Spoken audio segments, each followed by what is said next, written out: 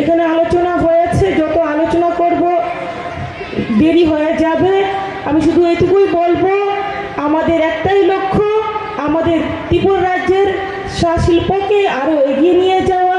কেননা যে আমাদের মোদিজি সবসময় বলে থাকেন ভোকাল ফর লোকাল এবং আত্মনির্ভর ভারত করা।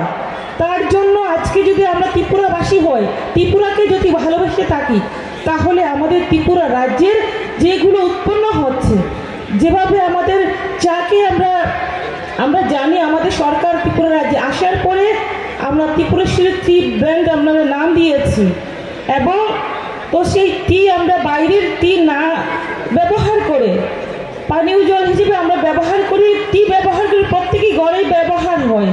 কিন্তু সেটা যদি আমরা ত্রিপুরা টি ব্যবহার করি, তাহলে আমাদের রাজ্য আরও এগিয়ে যাবে, উন্নয়নের দিকে, আত্মনির্ভর ত্রিপুরার দিকে আমরা এগিয়ে যেতে পারবো। পাশাপাশি আমি বলবো যে আমাদের ত্রিপুরা রাজ্যে বললে যে আমাদের সরকার আসার পরে যে স্কিম চালু হয়েছে, সেই বিগত দিনে ছিল না। যেভাবে আমাদের ত্রিপুরা আলোচনা করেছেন মুখ্যমন্ত্রী চা শ্রমিক প্রকল্প, সেই বিগত দিনে কোনো চিন্তাধারা করা হয়নি কিভাবে চা শ্রমিকদের ডেভেলপমেন্ট করা যায়। তাদেরকে যদি আমরা ডেভেলপমেন্ট করতে পারি, তাদেরকে যদি সুযোগ দিতে পারি, তাহলেই তো আমাদের টি ডেভেলপমেন্ট হবে। তো তার পাশাপাশি আমি বলবো এটা একটা ভালো দিক, আমাদের সরকার আসার পরে আমাদের চা শ্রমিকদের গুরুত্ব দেওয়া হয়েছে, অনেক বঞ্চিত ছিল, আমরা সুযোগ দিতে পেরেছি।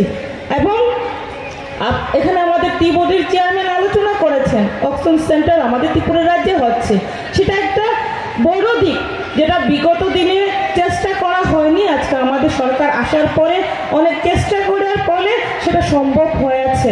তো মাননীয় মুখ্যমন্ত্রীজিকে আমি ধন্যবাদ দিতে চাই, ওনার কারণে সেগুলো সম্ভব হচ্ছে।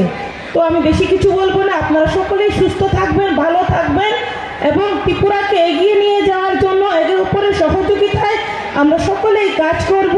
এটুকু বলেই আমার সংক্ষিপ্ত আলোচনা এখানে শেষ করছি। সবাইকে নমস্কার। জয় হিন্দ, জয় ভারত, জয় ত্রিপুরা।